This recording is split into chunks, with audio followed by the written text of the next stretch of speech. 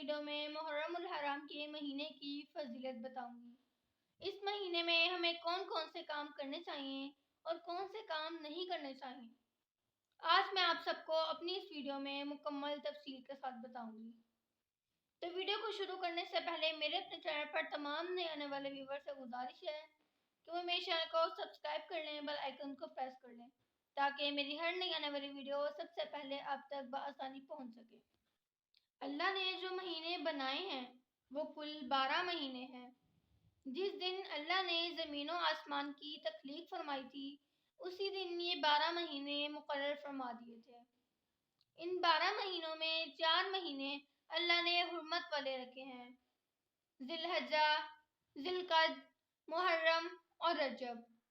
ان 4 مہینوں میں کسی بھی طرح کی جائز مقصد کے لیے بھی جنگ کرنا جائز نہیں۔ تو ان 4 مہینوں میں محرم کا مہینہ سب سے مقدم مہینہ ہے۔ اس کے بارے میں حدیث مبارکہ میں آتا ہے کہ نبی کریم صلی اللہ علیہ وآلہ وسلم نے 10 محرم کا روزہ رکھنے کا حکم دیا۔ پہلے رمضان کے مہینے کے روزے نہیں تھے تو عاشوراء کا روزہ فرض کیا گیا تھا۔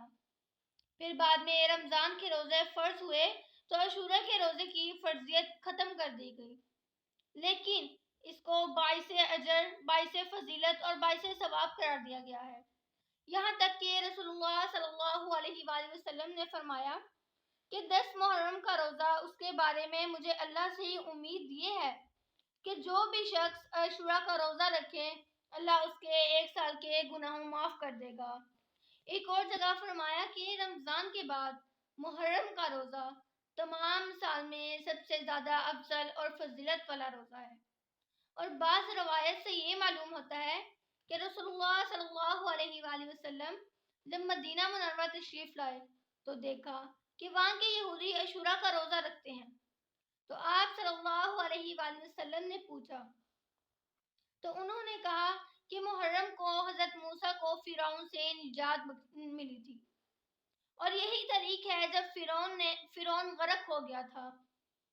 تو آپ صلی اللہ علیہ وآلہ وسلم نے کہا یہ دن ہمارے لیے بھی خوشی کا دن ہے اور ابھی بھی بہت سی باتیں مشہور ہیں جو اس مہینے سے وابستہ ہیں۔ اور پھر آپ صلی اللہ علیہ وآلہ وسلم نے یہ بھی فرمایا کہ تم یہودیوں کی مشابہت نہ اختیار کرنا، تم روزہ 9 اور 10 یا 10 اور 11 کو ملا کر رکھنا۔ تو آخر میں اللہ رب العزت سے دعا ہے کہ اللہ ہمیں محرم کا روزہ رکھنے اور اس مہینے کا زیادہ سے زیادہ احترام کرنے کی توفیق عطا فرمائے، آمین۔